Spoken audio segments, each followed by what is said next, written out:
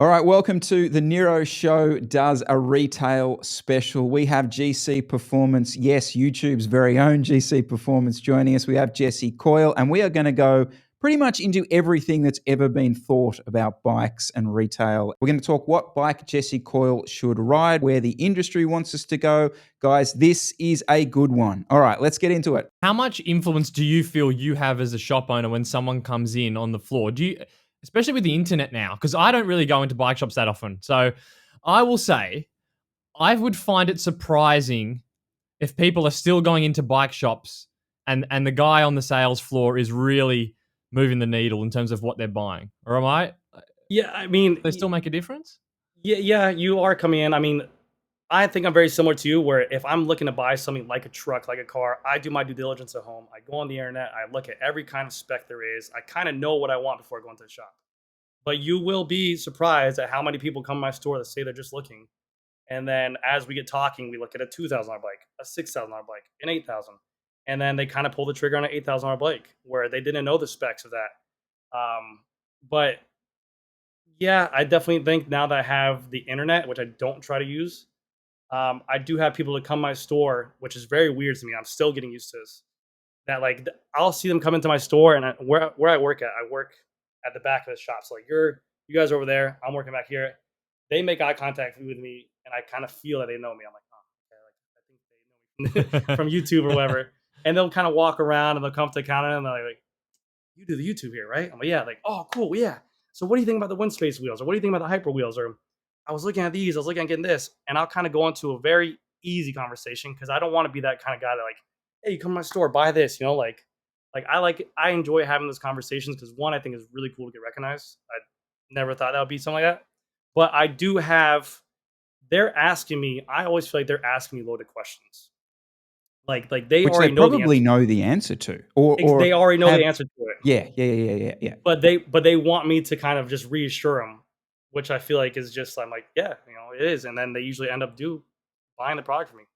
This is another question. I got questions for you, Grant, because I don't know how bike shops work. Okay, let's say I buy an SL7, Mhm. and I look at because I've been looking at new bikes. I'm looking at the specs, and it's like handlebar, stem length 100 millimeter, handlebar width 42s. But I don't want either of those. So if I buy a bike from you, do I then have to pay to get, for example, the handlebar and stem changed, or So will you spec that? so in hindsight, like if you just ask me a question, yes. But if you're in my store and this is make or break for the sale, I would probably just eat the cost of the stem, swap it out, eat the cost of the handlebar, and swap it out. Uh, Yeah. I mean, yeah, it definitely like if you're just asking me like walking by the store, like, hey, would you swap this out? I'd be like, no. But like if you're like, hey, like I want this bike, I like this color, I think I'm ready to do it, but I don't like that stem. I'll be like, okay, I'll work with you. Okay. But But then so that cost, you're having to eat that cost. It's not like Specialized can No, they don't. They usually trade it don't in. swap it out. I've also had people ask me for different cassette sizes, different crank lengths, and if I have it in stock and it's gonna make or break the sale, I'll try to. I don't like to because the crank is obviously something big to keep back in stock. But the stem and handlebar, we usually have that stuff on stock. Okay. So it's only really the online brands. If you're ordering it if you're selecting that when you order the bike, Yeah, pretty much there's not really any other brands that will do that for free. That's a pretty big thing for me. If I'm Factor does it. I mean, Factor, I know Factor does that for sure, where you can pick your stem length. Yeah, well, the Canyon's really confusing because you don't even get an option. Like, if you go on the website and you buy a bike, it's like you don't even get an option to choose the handlebars. I know you can. Obviously, the width isn't a big deal because you've got the funky move it in, move it out system. Yeah, But yeah, there's no stem options it's that I very know weird of. because you would think that they would lead that kind of innovative where they were one of the first people to pioneer it, and then you would think they would follow suit with everyone else. But yeah, I just Crank noticed that length, someone no commented on my option, video. nothing. Yeah, Yep. very Yeah. weird. I got another random one for you, Grant. Yeah. Because okay, the price of bikes have gone up a lot, but also I'm looking at like the price of servicing like is quite expensive. So Yes. like the cost to actually build a bike would be pretty expensive. Like, what state are you getting bikes in when they're new? And does that change brand to brand? Frame sets are bare minimum. It's just a frame, and then we choose it up and build it up. And if they're buying everything from us, we normally don't charge for a frame build-up. If they're buying components, wheels, frame, we won't charge. A full bike though literally comes. I mean, you got to think that these brands, like Specialized I Sell, are going consumer direct now, so they're coming as close as they can to being built up. But you're seeing the more higher end stuff with the hydraulic cables, the internal routing. That's still kind of left uh, for us to kind of put the cables through the handlebar, trim it, run the wires. And again, we don't obviously charge for that, but oh yeah, there's my light fell. But yeah, it's it's very weird. And about the service part too, our basic tune-up at the time of COVID was $60. I think we only raised it by $75 during that COVID time, and it's still that Yeah, same wow. price. Um, but yeah, I mean, it's really. I definitely have seen a huge influx number of bicycle mechanics. I've definitely seen a huge influx number of bicycle stores since COVID, and and it gives the consumer a lot of power because if they have one little hiccup at any store, they can kind of go wherever they want. You know, Mm. there's such a pickings for mechanics nowadays. Yeah, yeah. It's Yeah. just because I got I'm building up a secondhand frame, and then by the time you actually factor in the cost of a full build from scratch from a shop, it's pretty expensive. And then so I was curious to see where that cost gets A, held a, on a new a bike, full build mostly for from the us, like factory. if you just brought all your stuff for me and it was a full hydraulic disc build, it'll probably be cutting the steer and everything, probably around like 300, 250 to 350, depending on how much Yeah, integration there is. yeah. Yeah. What about if you're cheapskate Jesse Coyle and you buy? So you bought the frame secondhand and you're taking in your sort of 3-year-old bike and you say, Grant, I want to move all this across. That's almost like half a day's work. I would have thought. Yeah, it is. 250, 300 probably still. It Yep. sucks, but it has to be No, competitive. God, yeah. You got to make Chris, money Yeah. on I that don't somehow. identify as a cheapskate. I identify sorry. as a value-oriented consumer. Thank Sorry. you. Or you have YouTube now and you can just do it all at home.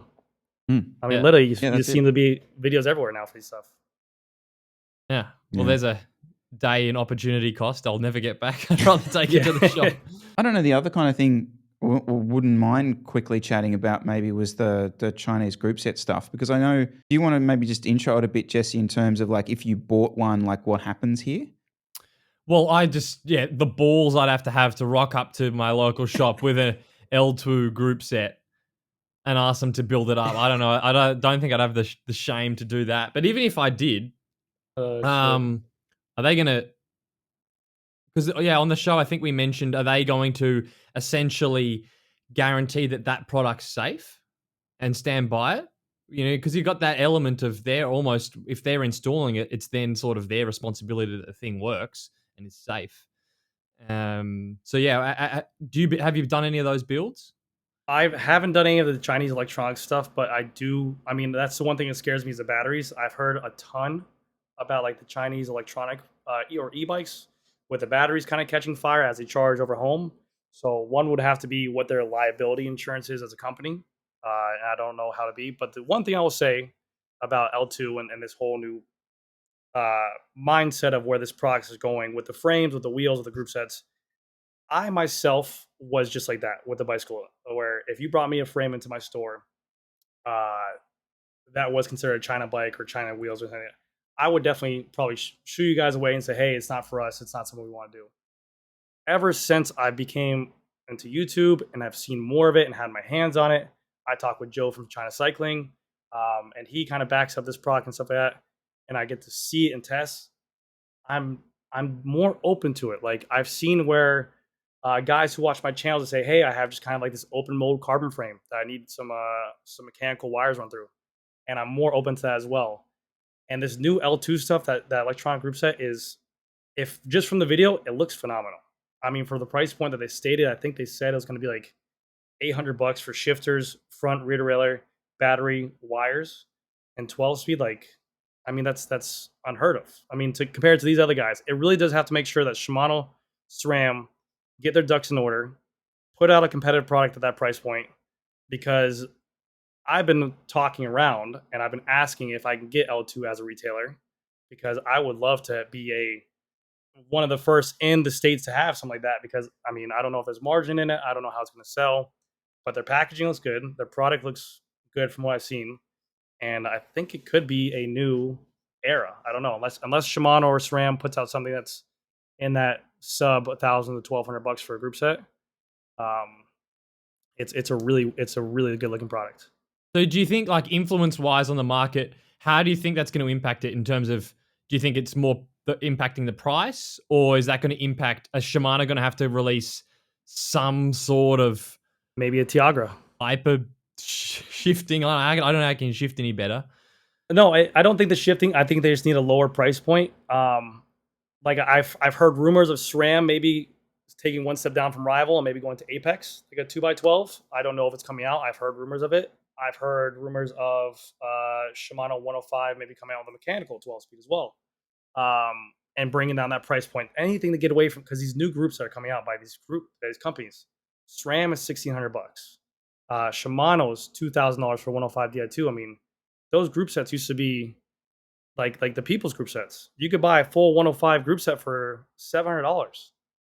I don't know. It is crazy, and it's hindered my market in terms of the customers at $3,000, $4,000 price point. They're looking at other options. But it's a very weird time in the segment. What other options do they have? If someone comes in and they don't want to spend more than, let's say, more than 3,000. Used market. I mean, I'm seeing people get. I had a customer bring me in a 2018 S-Works SL6 CLX 50 wheel set, Ultegra Di2 11 speed, and he got offered from Pros Closet $3,800. And he's like, "Hey, if you know anyone who wants to buy for 4," I was like, "That's a beautiful bike. It was pristine." I mean, that bike literally that year was 12 grand, so, or 10 grand with that Ultegra Di2. So there's that used market right now is so saturated or inflated or whatever terminology you were. What did you say there? Pros Closet. What's that? That's well, I don't want to plug them, I'm just kidding. No, I'm just kidding. No, I've literally never heard of it. Yeah. No, so it's a website that you can go on to, and it's kind of like a Kelly Blue Book, like an auto trader for cars, where like you go to that website, you can put in the exact spec of your bike. They'll give you an offer of how much they'll buy it for, and it's kind of like cash in hand. It's going to be lower than what you'll do for private selling, but they'll buy it cash in hand, or they'll give you more money if you trade in for one of their inventory bikes. Oh, and then what, they sell it on? And then they sell it on their website, and they have they have a ton of inventory. Oh, okay. Oh, wow. Crazy. They do. Yeah, crazy. 1,589 new and used bikes for sale. Jeez. And I actually heard that they bought a lot of inventory during that COVID time, and now they're loaded up on all this massive used inventory. So they actually bought a retail space, I believe, in Colorado, and like used it as a shop front to be like, "Hey, check out our used bikes," which is kind of like the whole opposite of their business model. But so you've spoken to Joe a bit about the China cycling stuff. Was it Panda Podium thing? Jesse asked that question. We were both sort of discussing it a little bit the other week. Like, how? So would he then be? So would Panda Podium be like a distributor in the US? Like, and how would that work? Like, because I assume like Windspace and stuff like that has a distributor in the US, and then you can also buy from Panda Podium. Do you got any insight into that? I don't know how he's going to do it. I know that he's making it. That's completely all on him, and he's doing it the right way. I just asked him questions in terms of, I said, "Hey, you got to get some kind of, what's the word I'm looking for? Confidence. Give the consumer confidence of buying that." Like, because when I bought from AliExpress, I bought my L2 group set, and it got lost, and I spent money, and I did a dispute, and they don't care. Give the consumer some kind of money back guarantee, someone they can complain to that's going to listen. And if you do that and you have these products in your hand that, like you said, Joe, he knows these products. He's not going to sell stuff, especially if it's his own site. I think, I don't know how it's going to work with a U.S. distributor, but I told him as well. I was like, "Hey, I'm here. If you need help on the ground over here, I'm always open." And I love that kind of product. I think it's making a huge wave. Because you said, remember, Jesse, you do you want to do that anecdote about the was it the Windspace wheels in the shop that we were chatting about on the way back? Oh yeah, so this is another thing that happened in a shop I went to, where the Australian distributor for Windspace wheels were looking for shops to retail the products at, and I was speaking to the shop owner, and he was kind of saying, "Oh, they're selling them way too cheap. They could put an extra $500 on for this, as with the ceramic bearings and the carbon spokes. And I was like, well, they probably could, but it was just an interesting mentality of a shop owner to just essentially be like, oh, these are too cheap, but we should just charge more. It was almost kind of rude. I'm like, Yeah. that's like, is that your approach to selling a product, is just, well, we can charge more, so we should charge more? It was exactly the reason why I wouldn't want us to be a WinSpace product in a bike shop, because the bike shops are so bloated and just essentially just make up, he's essentially saying, well, we're just going to make up a price for this that's really expensive because we It's can. crazy. It was kind That's, I of mean, a little bit arrogant almost. yeah, that's very crazy. I'm actually excuse me. I'm actually a WinSpace dealer in my shop. I came on with Joe and I wanted his wheels and I wanted his frames. And I had people the same way. I think I even had reps, friends. They go, man, you guys got this stuff in stock. Why not just charge $100 more and say, hey, it's here in stock. You can do it. I'm like, because if they just do one quick Google search and they see my face with my wheel, me holding the wheels, and say, get these for $1,200 plus 10% discount, I stock them in my store. And I basically say, hey, if you want to buy them, I got them in stock. I keep about 5 pairs here. It's a great upcharge from like a $5,000 bike that has alloy wheels. I could basically say, hey, get this bike. I got these wheels that are this much money. I can give you 10% off because they're doing it. And it makes the bike so much cleaner, looks good, and we make margin off that. I mean, to upcharge and have that mentality, there are people that I know of in the area of me that are kind of like mobile that I've heard doing that, but you lose too much customers like that. Yeah. To be fair, maybe this shop owner was saying that they're such a good product that they could charge more. Like, to be fair, maybe the wording was a bit different, because they are performing of a more expensive wheel, but it's just not how it came across to me when that shop owner said that. So just. But it's interesting though, because it's like it brings up that sort of thing of like cycling equipment stuff. It's almost like the price that's determined is like this. It's just made up anyway. Like it's not, doesn't seem to necessarily be based on anything except demand. Like, Yeah. and that seems to be why the prices just keep going up and up and up, because, well, they're gonna keep charging more because people keep buying them. It's like the Shimano Power Meter, I just reckon, is the perfect example, because like it doesn't work. I hate that Mine thing. doesn't work. I mean, Yeah. I don't want to, maybe we'll chat about this some other day, Jesse, about the weekend, but mine just went bananas again. And I was writing some world tour numbers and being dropped. And, but it's still over I think it's almost $3,000, and you can't get them because the demand is so high. It's just like, even a product that doesn't work. I don't get how they didn't get it right from last. I mean, they had woes on the 11 speed. They had issues with it last time. I don't know. But it is a good point though, because he was like, well, you could charge more for the WinSpace wheels, but I'm like, it kind of has a point, because the prices for a lot of stuff is just make believe anyway. It's just a la land, just pluck a number and yep, that's 20 grand. And it's like, well, how'd you come to that price? Oh, we just sort of made it up. You got the WinSpace wheels over here that are $1,100, and then you got Princeton Wake 6560 Tactic Hub, which are $4,000. And it's like, are those really 4 times faster than that wheel? It's hard to believe. I mean, I know the Princetons look amazing, but so actually, well, just on that. So even if they're not 4 times faster, you could kind of say, well, they have extra cost in manufacturing because they do blah blah blah, or they went through this much more R&D, so blah blah blah. But I still don't think it's still not adding up to the prices we're seeing. I think it's still just make the price up at the end of the day anyway. I mean, I'm a huge advocate and in stores charging. Like I'm usually the guy to be like, hey, they're charging this much not because of the product, but they're giving you the backing, they're giving you the R&D, they're giving you the nicer quality finish, they're giving you just the reassurance that you want. And I do like the Princeton wheels. That's one of our most popular selling wheels, is the Wake 6560 Tactic Hub, $4,000 wheel. Somehow it just sells off the shelf as soon as I have it. And where did that come from? Was that just from Ineos riding them? I literally had never seen them. Ineos ride them, and suddenly now every man his dog's got Princeton works. I remember seeing them on my Instagram page with a Pinarello. He had like 8,000 followers on Instagram. And I was like, hey, I like these wheels a lot. Can we get in contact? Unbeknownst to me, I didn't know this. He actually rides on A1A down the street, the owner of the place. He's like, oh, I'd love to stop in. And we talked about it. For some reason, I thought Princeton. I thought he was like in England. I don't know why. And he's like, no, I'm in Florida. I'm like, okay. So, but he did that, and then once Filippo Ganna was riding on his TT bike, Yeah. and it just set fire. I mean, and then he got to deal with Team Ineos after that, and it just set fire. And they look amazing. They give you color options. It's a perfect example of people like options and people like to customize, and they want more.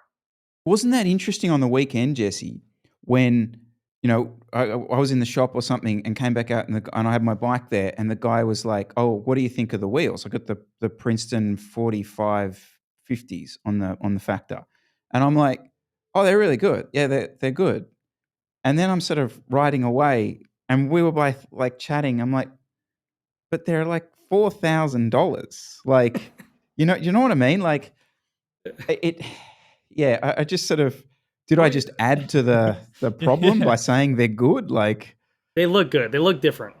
And I yeah. think I told the Mr. Marty, the owner of the place, the owner of the company, I said if there's ever a way to get these wheels at a $2,000 price point, I think you'd sell a boatload of them. But he just, he wanted to say his product is premium.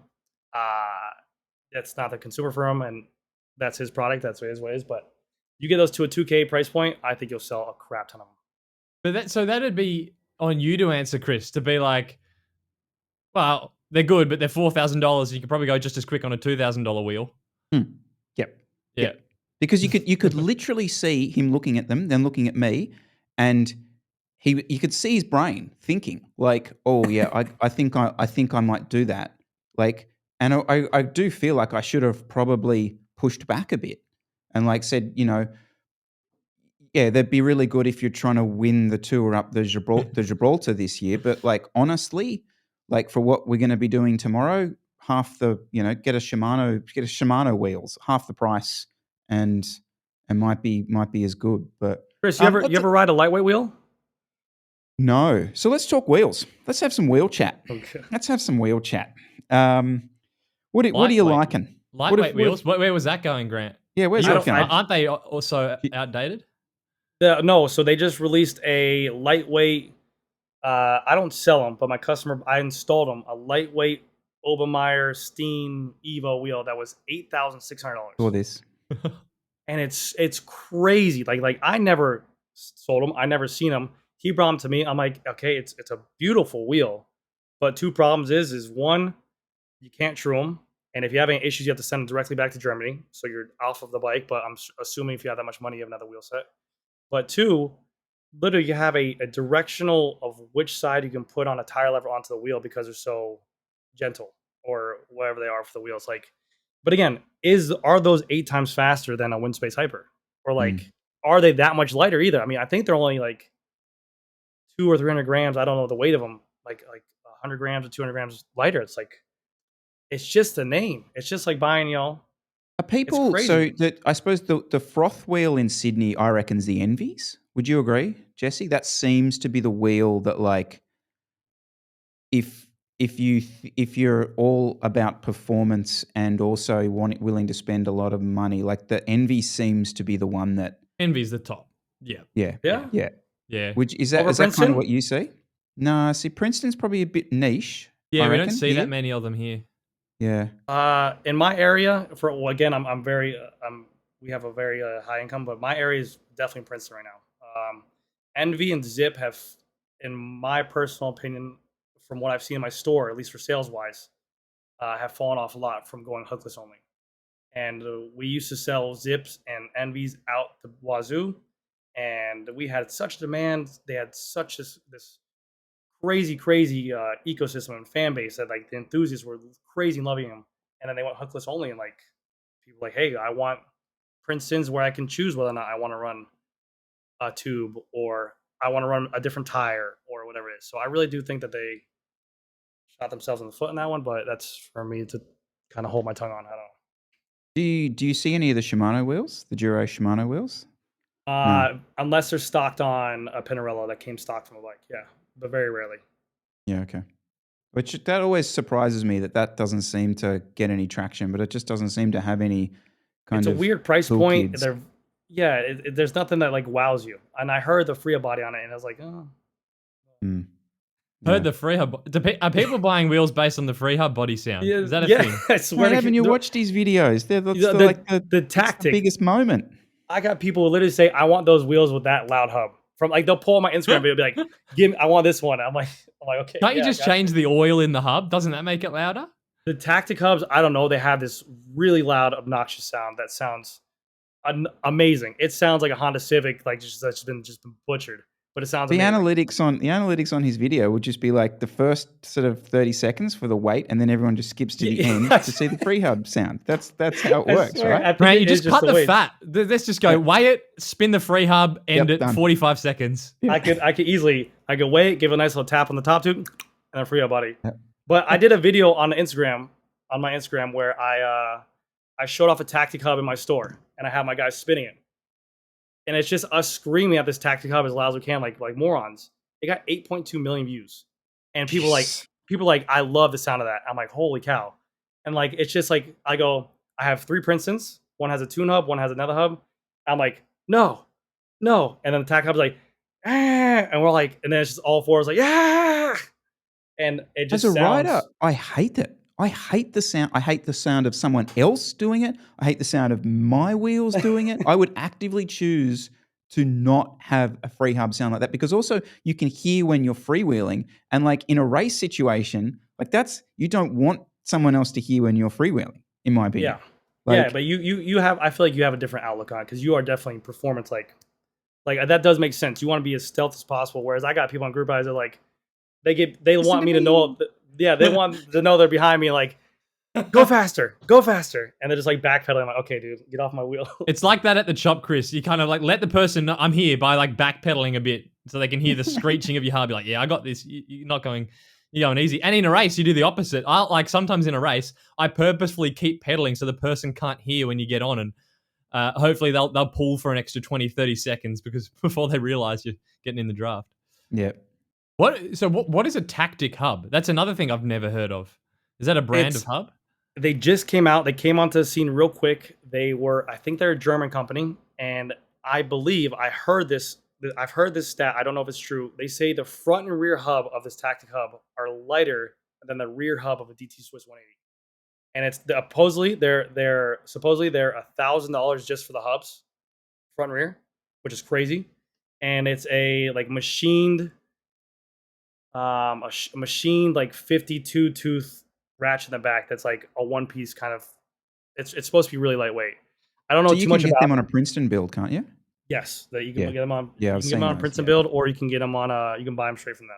Are you guys a big fan of wheel depth or no? So the favorite, the best wheels I reckon I've ever ridden were the WTO 45s. They were my favorite. My only Great issue with wheels. them was they're a bit old school in terms of their internal rim depth. I would have liked them to be like 21 or wider. They were probably even like 19 or much less. I can't remember.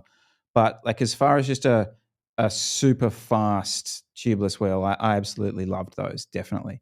But yeah, that's kind of me. Somewhere between like 30, let's say 36 to 45 would be my kind of my sweet spot, I reckon, with a nice 28. Yeah, we got hills. That's a problem. It's like I know. So I have a new set of Caden 80 mil wheels, which are nice. I've got 55s and I've got the Windspace 33s. And Okay. I know the 80s and the 55s are faster. But if I'm going for a ride, I just can't help but put the 30s on. They just feel so much nicer to ride, even though I know they're not as fast. So racing, yes, I'll always put the deeper wheels on, but there's just something that is so enjoyable about riding a light, shallower wheel that I just love for a training ride. If you don't feel like you're getting worked, you don't feel like you're working against a bike, I would say definitely with the shallower wheel. I feel like it just does respond. It gets going a little bit quicker. Yeah. So, but you've probably got, I mean, you're in Florida, so it's flat, but you've probably see a lot of people that have never ridden a 30 mil deep wheel, because why would they? And they wouldn't really, if you're never going up a hill, you probably don't understand. No, exactly. The feeling biggest hills we got are a bridge. I got people converting Shiv TT bikes into road drop down handlebar bikes with like a 65 mil in the front and a full disc in the back, riding bunch rides or group rides, and like just don't care. And And yeah, I mean, literally, I think if I do a Strava segment on my bike, from my house, it's 40 miles, so I think about 60 kilometers. I'll do a 60-kilometer ride, and it'll be about 200 feet of elevation, the whole ride, which is like nothing. And we just hit a bridge. It's just wind. All we got is wind. So if you ran actually, because I've seen someone running a time trial bike as a road bike in a crit here, why does that not work? Is it just the handling? Oh, okay, weight aside of the frame, is it just the handling? Because the geometry would be different, wouldn't it? I don't know. I don't know. I never rode it. Maybe I'm guessing the rake of the fork or it's very far over. I don't know. It probably the ride quality would probably also be absolutely horrendous because it's a huge there's drop. no I know it's a compliance huge in drop. there. There's not a lot of spacers underneath there, so it was a big drop. Yeah. Your videos on YouTube seem to upload in an HDR format. Yeah. So, Jesse and I like watching them over the weekend, and we're like, is he editing this like on his phone and just uploading it directly from his phone? You must be, because if you run it through Final Cut, it would lose the HDR. But no, he could edit it in an HDR No, file, like in a. you're just thinking Give too me much some into insight. it. What's going on? I'm a full on caveman when it comes to it. I built my own PC, but everything is just done on here. Yeah, I literally will film it and I'll hold it like this. I don't use a gimbal. I don't use anything. I film like this. Yeah, everyone knows. I don't even when I get like it's like I'll film it and then I'll go into like iMovie and then I'll just be like boom, no edit, and I'll just do everything one take. And if I screw up 6 minutes into the video, I will scrap it and do it again. And like I've been doing walk around the parking lots and I'll have like a homeless guy come behind me and be like, "Hey, guy, got any money or anything like that?" I'm like, "I'm making a video, man. Give me a second." He's like I swear, and I have to start all over again. Or like the wind, or like I'll start talking, like a bird will start chirping. I'll lose my train of thought. I'll be like, I'm like, damn it, like yeah.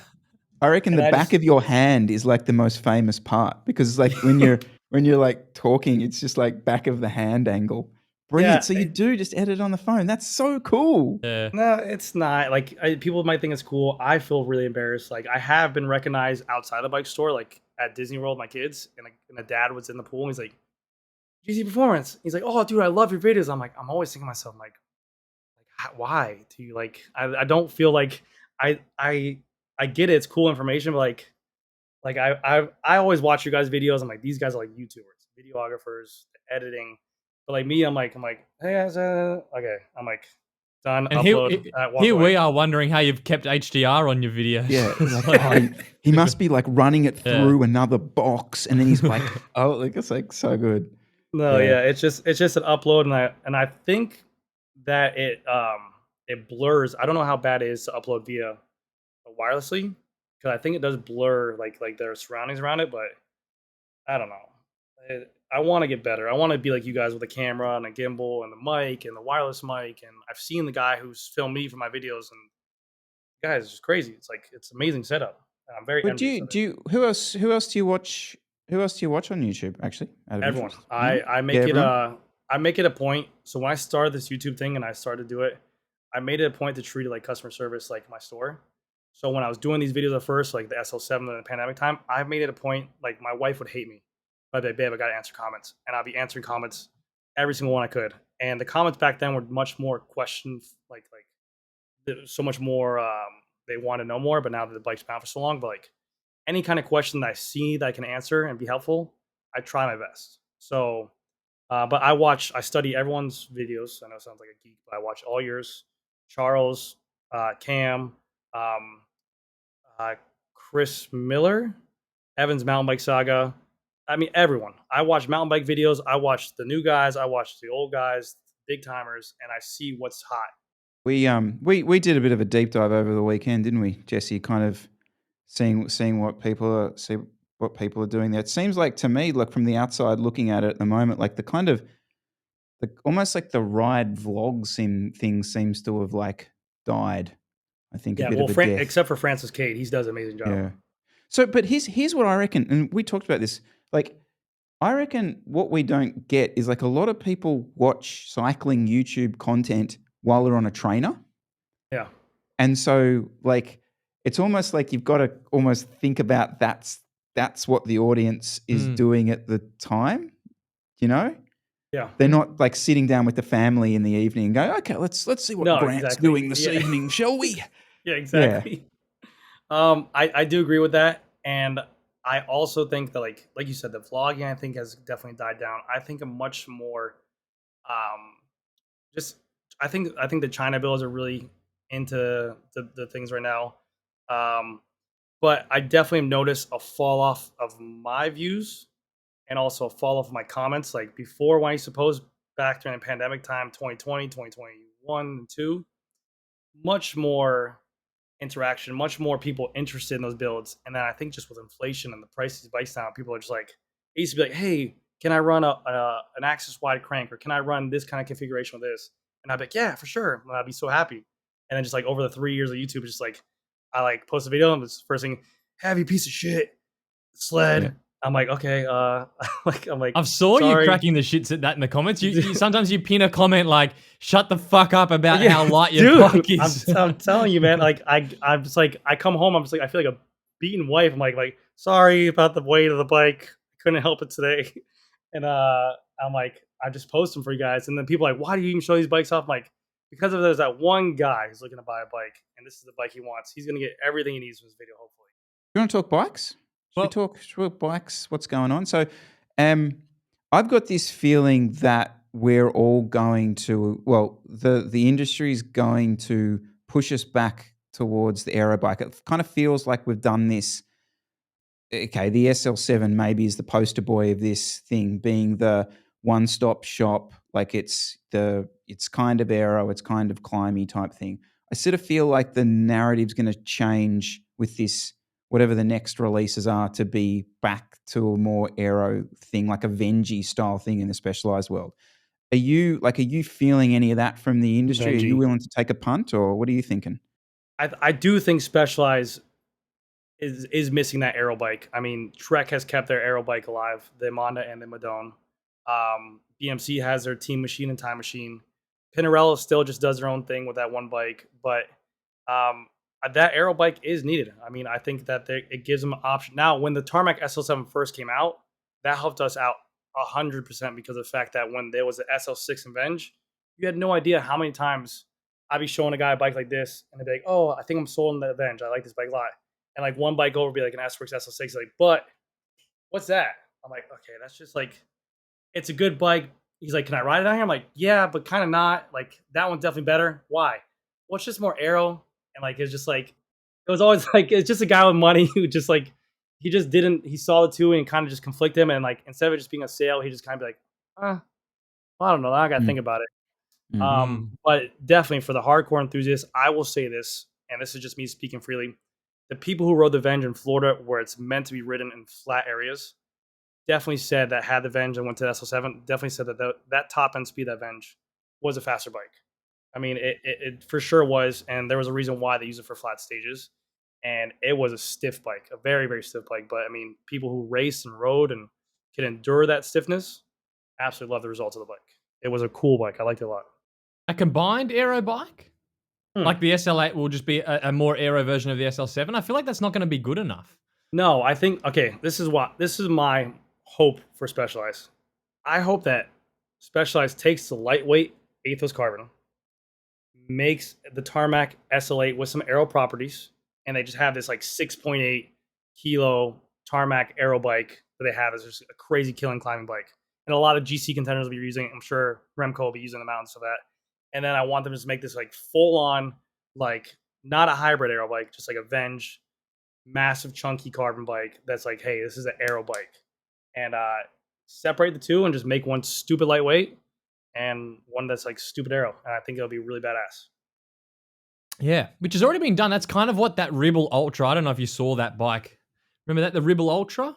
Have you Yeah. got any experience with that? Because I'm looking at that going, that's miles ahead of anything else aerodynamically. I actually had a customer bring one to my store and I did a video on, and the fork is huge, dude. I mean, it looks crazy aero. It's a tank. It's heavy. I rode it around the block because he let me ride around the block, and it just felt tankish. But I could imagine, I could imagine in a group setting, he had 65 hunts on there, and it was a Ribble with Altegra D2. I can imagine in a group setting that thing just is like 100 cadence. Like this is easy. like 28 miles an hour, whatever. I'm sure it's just cruises, but I'm sure if you take it anywhere else, it's a tank. So, do you think that's the most aerodynamic bike you've ever seen? Would you say? Seen? Maybe, yeah. Like road bike? It had a lot I feel of like it's weird. low key underrated. Like, because it's It just had a Ribble, but you look at it and you're like, this is way faster than a Madone. the handlebar is just crazy. I don't like. It looks cool. It looks bad. Like it just looks different, and that's I always try to be progression forward. And I'm like, I don't like to judge things. I like to be like, hey, this looks weird, but it's maybe just looks weird because I haven't seen it yet. This might be really cool, but yeah, it definitely was a very fast looking bike. Like you put it standing there, and you're like, damn, I think it's fast. But Have you heard any like okay, people laugh, but like the Madone, have you had any feedback on that? Because I haven't heard a thing, basically. So I'm kind of it's a very I like the bike a lot. I like the bike a lot as a Specialized store. I think it's a really cool bike.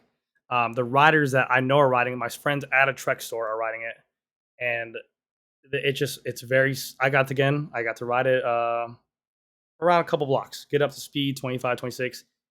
Very sturdy, like top end speeds. It feels nice. It feels nimble still. It doesn't feel tankish.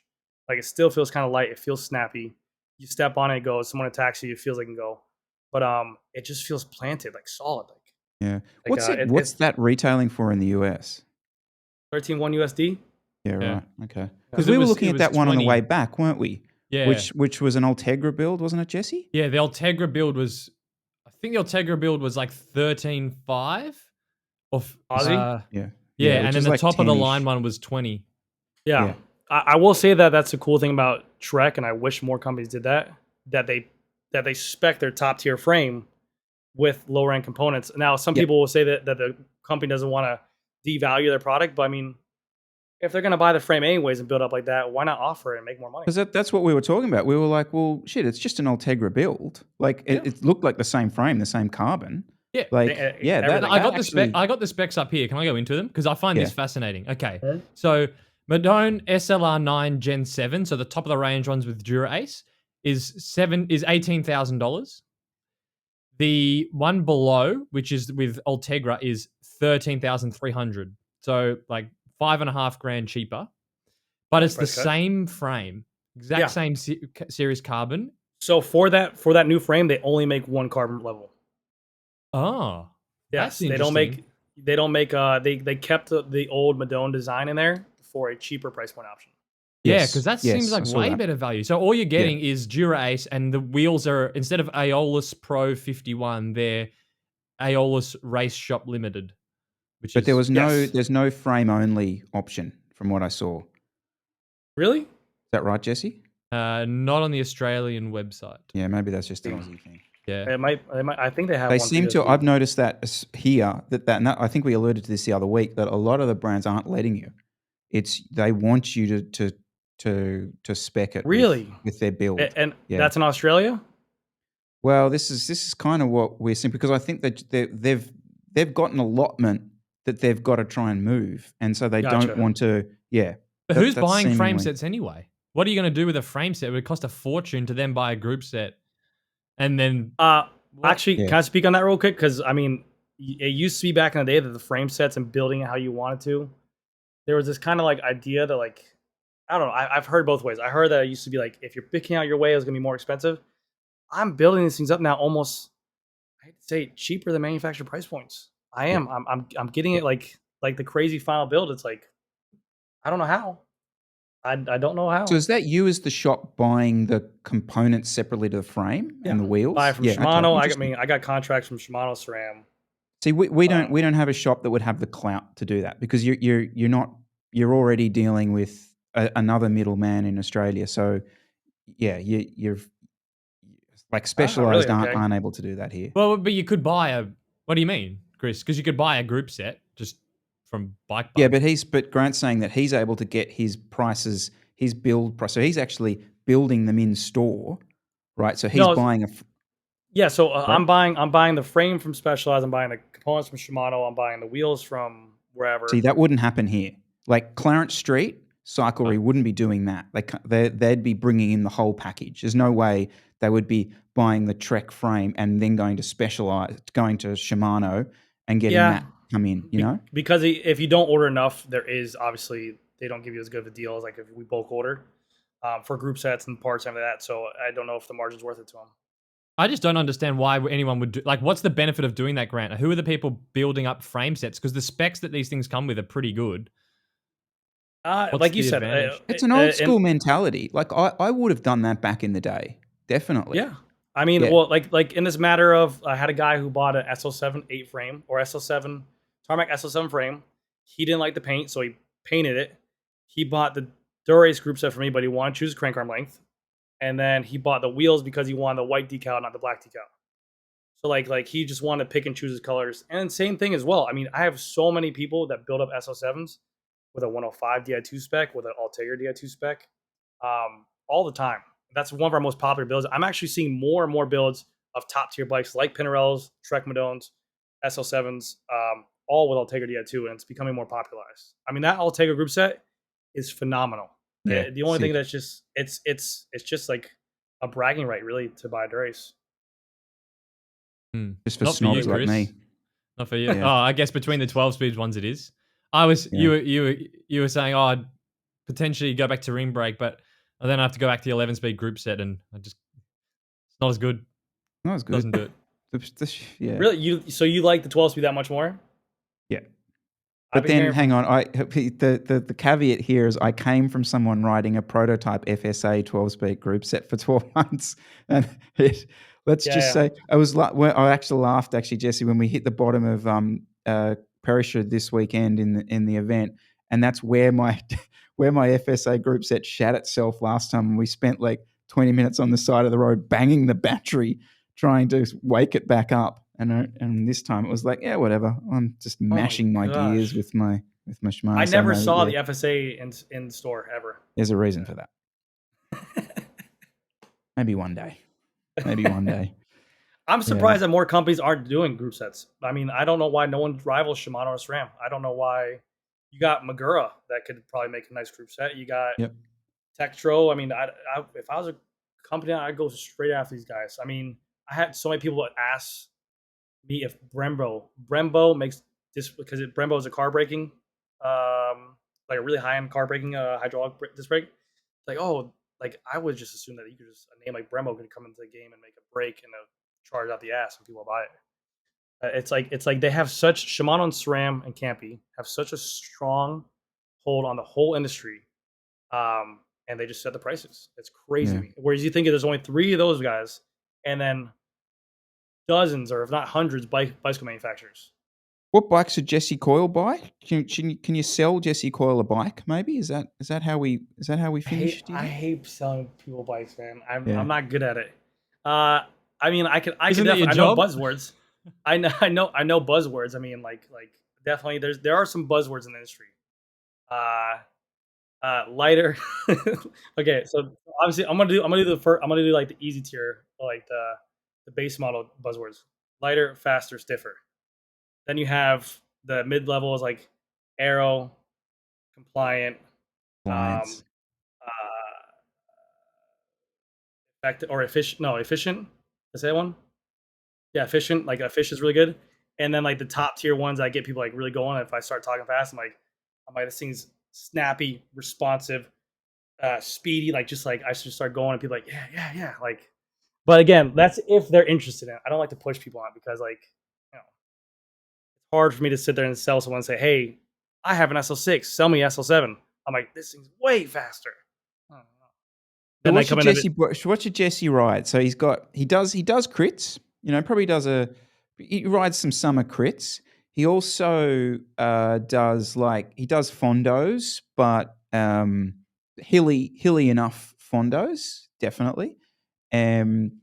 He doesn't really do sort of much road racing as such anymore. Definitely not any kind of off-road thing. Like he's got the gravel bike for that setup. Yeah. He's all about value and being in touch with the common man. So like, worst kind of customer, yeah, I know. So I know. So he's a bit of a tight ass in that regard. That's your bike behind you, right, Jesse? Yeah, it's my really value oriented S-Works Diverge 2019 with Dura-Ace and Ceramic Speed Roval wheels. Okay. Yeah. So I could tell so your stem looks slammed somewhat, as much as you can with the Future Shock, right? Yep. Okay. So I'm gonna guess that you're not flexible at all. So we'll put you on Roubaix, full stack, positive 17-degree stem, upright. Yep. And we'll get you on like 165 cranks. Yep. Yep. 44 mil bars. 44 mil bars, yeah. No, 46. Nice and wide. 46, yeah. No, if I had to put you on any kind of bike, you're a Fondo rider. You sound like you do a lot of endurance riding. Yep. Can do. Yeah. Mm-hmm. A Tarmac SL7. Give me an SL7. Yeah, there it is. A Tarmac, it's super compliant. It's super compliant, but if you get up on the pedals and you want to go, it goes. Oh, okay? She's snappy. She's snappy. She's responsive. Someone attacks on you, you're gonna attack right back. You'll probably win the sprint. You just probably win every race over to them, Jesse. You just freewheel over. I mean, I actually had a lot of people back in the day ride the Roubaix. Roubaix with the Future Shock, negative 17-degree stem to offset that Future Shock, and to kind of keep like that. And they absolutely loved that Roubaix because it was more aero than the SL6, and it was comfortable, and they were able to ride it. So what about this, Grant? If I came into your shop, because this is could be a scenario. I don't want disc brakes because I don't like the maintenance. Yeah. So easy to maintain a rim brake bike. So if I came into your shop and said, "Hey, Grant, looking for a new bike. I still want to ride rim brakes. What do you got for me?" Could you do anything? Or would you just have to tell me to go away? As of right now, I have the Allay aluminum frame rim brake, which is $1,000. Or I do have wind space now. But again, like you would be, if you came in my store and you're like, "Hey," I'm assuming if you want rim brakes, you might be like, "Well, who the hell's wind space?" And then like I'll be like, "Oh, it's a great company." And I have to sit there and sell you and be like, because there are actually, I think there's a good amount of companies that still do rim brake. General Dogma. Oof. Okay. Yeah. Yeah. You just have to drop. You just have to drop like $8,000 on the frame. People, Jesse. Yeah. All right. The people. Sold. Let's go. Yeah. I mean, I don't know. I mean, it does suck that they're not doing it. We always joked about this in the store that, let's say 3 years from now, they just come out with this like Founders Day edition Tarmac rim brake ultralight bike, and like they make it exclusive limited edition, and I'm sure it'll sell the tits off everything. We saw a few of those on the weekend, Chris. They're like stick it to the man. They've rolled out their old rim brake frame, and they've got like 5 kilo builds. It's just it seems like a big FU to the industry. That's 100%. I reckon. So we kind of paid a little bit of attention. We were like, what's the bike of the Snowy Classic? Like we kind of looked around, right? And that's the first time in a few years I've done one of those events where you looked around and it was an obvious, I reckon, pushback and the demographic was probably my age and up, and it was all kind of box section alloy rim wheels, but on Focus Alco Maxes or Bianchi Specialismas, or I'm trying to think what the other kind of ones were, like Cannondale Super Sixes, heaps of that kind of clear pushback that that's not what we wanted. A lot of SRAM red mechanical. Yep. Yeah. It brings me back to the used market. I mean, there's such great value on there. I mean, it's not what you want, but I mean, like if I was in the market today looking for a bike and spend $3 or $4 grand, I could probably get like a sick SL6 with like some like EE cycle work brakes and like dialed up to a T for like $4 grand rim brake. Yeah. And it's crazy how much they devalue over time. Yeah. But also, I mean, I was going to ask you this question. I mean, you guys ride a lot and you guys race a lot. What's like the age? You see younger riders nowadays riding, or is it mostly 30? I don't see a lot of young riders come to my store at all anymore. We've always been pretty weird here because like we funnel all juniors into track. Okay. Which, it's just, I understand the reasons they do it. And a lot of the kind of institutes and funding models all push the juniors into track. So that's sort of, I don't know, you can probably correct me if I'm wrong, Jesse, but like in terms of like junior tours and all that kind of stuff, it's super limited as what those guys can do now. But yeah, I haven't seen a dramatic change in it. As far as like the people kind of Jesse's age and up who are sort of getting into it, there's been clearly a plateau to the Yeah, post COVID sort of stuff, and you've very weird. seen that sort of drop off of the guys who yeah got into it at a certain point. But I will say this, like, and this is super noticeable in Sydney. You are seeing a far more kind of diverse um, demographic of people actually starting to ride. And by that I mean like of all ethnic backgrounds. Like it's really kind of changed. I noticed that massively this weekend. Like That's pretty lots cool. of guys with Filipino backgrounds, lots of guys with Indian backgrounds, all suddenly starting to do the sport. So maybe Very that's nice. where it's going to head. Like, you know. It just was weird to me. I'm trying to think. I don't know if it's. I have a kid working in my store now. Who's 20, and like he's like the Gen Z TikTok super hard. And what do you do with your free time? He's like, oh, I gym, and then like I eat McDonald's. I'm like, bro, like I don't. What? It's like he knows like I'm really good buddies with him. I just joke with him all the time, but like I'm like, do you ever want to get on a bike? Like we brought him in just for his retail value because he used to work at a department store, and we need someone to answer phones politely and help out customers with walk-ins. And he has no interest in bicycles, but he just is good at a retail service. I'm like, do you have any friends that ride bikes? He's like, no. I'm like, yeah, it's kind of weird. It is pretty. Well, it is expensive. Like Yeah, if I was when I get into cycling, I was like 21. If that was me now coming into it, it would be a lot more unaffordable. Even very not true. okay. But we know we've talked about bikes the entire episode, so the entire show. So we know bikes are getting expensive. But even just like race costs, travel costs, fuel, Yeah, accommodation, it's like really expensive to yeah, yeah that's true. to race, especially if you're into racing. I had to say, I think back when I was starting and they were riding, the lays back then were like $500, Yep. like a nice aluminum race bike with a Claris, and it was good looking. Okay, I reckon we covered just about everything that's ever been said about bikes today. Thank you so much, GC. Thanks, Grant, for joining us. Jesse, for dialing in and overcoming your many, many technological issues. All right, guys, we will see you super soon.